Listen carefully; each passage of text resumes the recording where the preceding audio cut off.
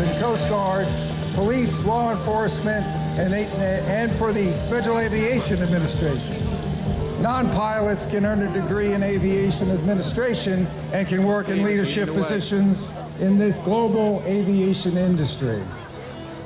So please welcome the 2023 Farmingdale State College Flying Ram. Ram 1 is Dave Bianco from Florida, New York. Ram 2 is Matt Macchia from Brooklyn, New York. Ram 3 is Alexa Wall from Deer Park, New York.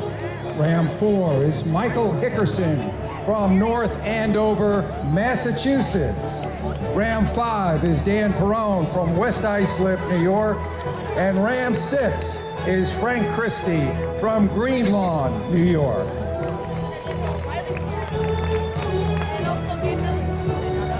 Very, very proud of these young men and women. They were all my students. They come in as freshmen, and we watch them develop through the stages of becoming a professional pilot. They get all of our certifications with us, and they get college credit to do that.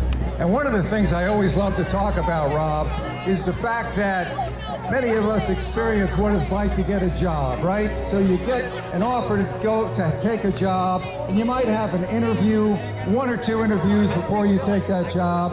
But these pilots go through a 4-year job interview because they start with us as freshmen. We watch as they develop, and then they grow into this very special position as a certified flight instructor. Big leap in responsibility, and that's their first pro pilot job. And you're seeing these pilots are going off to the airlines very, very shortly. But we're so glad to be able to start them the right way as professional pilots. As we have been together doing this show for a number of years, Mike, have you ever seen a time, a better time, for a young man or woman to get involved in aviation? Wow, that's a great point, Rob.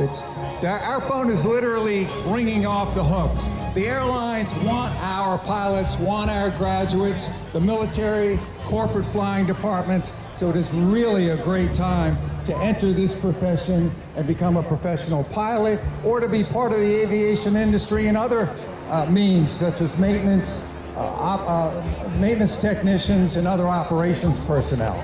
It's interesting, is it not, that the idea of becoming a pilot has morphed from something that was unreachable, and now the regional airlines that used to pay basically barely a living wage are now paying serious bonuses just to start with their airlines. Yes, I tell our students that this is a seller's market for them. They have so many opportunities with so many different choices, and they really appreciate the experience they get as flight instructors. And as I say, as I talk to them about their aviation careers, that first big leap is as a solo pilot, flying solo for the first time. But then the next big leap is to become a flight instructor, because the level of responsibility to be a flight instructor is enormous. So they really develop and really become exceptional professional pilots. Even in this is not formation flying, but even in this kind of trail demonstration as we see it, it takes a lot of skill to maintain airspeed, maintain distance, maintain attitude and altitude to do this in a way that's safe and impressive for all of us. So we see these Piper aircraft, they're really great airplanes to learn to fly in. Yeah, this is our workhorse. We've been flying these for 20 years, and these are very simple, straightforward maneuvers. Like I said, all of these airshow pilots that you're going to see today, they all started flying this way, maintaining altitude, maintaining airspeed. And you're right, it's just a loose trail, not a formation, but they've got it nicely synchronized, nicely spaced. And by the way, this is our home turf. So we're only about a 2-minute flight away, right at Republic Airport. So we get the opportunity to practice out here at the beach. But these conditions are just magnificent today. What a day to do this. And they're really taking advantage of that low wind and doing a great job. It is so amazing to experience the freedom of flight that exists for those folks up there in the airplanes. When my wife and I used to come here, we would drive here, and sometimes, well, I remember being stuck for 45 minutes on the Cross Bronx, going through Manhattan in tremendously challenging, under construction all the time conditions. Now, I fly over, and I went right over the monument on the way in here on Thursday, right by Kennedy Airport, talking to air traffic control. 3.5 hours from Cincinnati in a small plane, non-stop at 9,000 feet. There is nothing like flying. Absolutely, and you know, one of the great joys when you're in the air, maybe when you're flying over the George Washington Bridge or the Verrazano, and you see all that traffic down there, you're very, very grateful that you're in the air and you'll be landing in a short period of time over at Republic Airport or wherever you may be going. So, absolutely, Rob, it is the great joy of flight.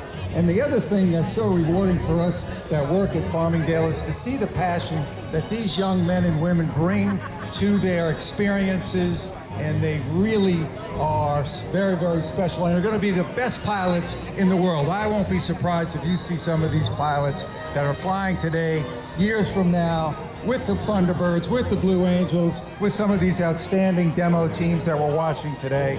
So just can't say enough about them.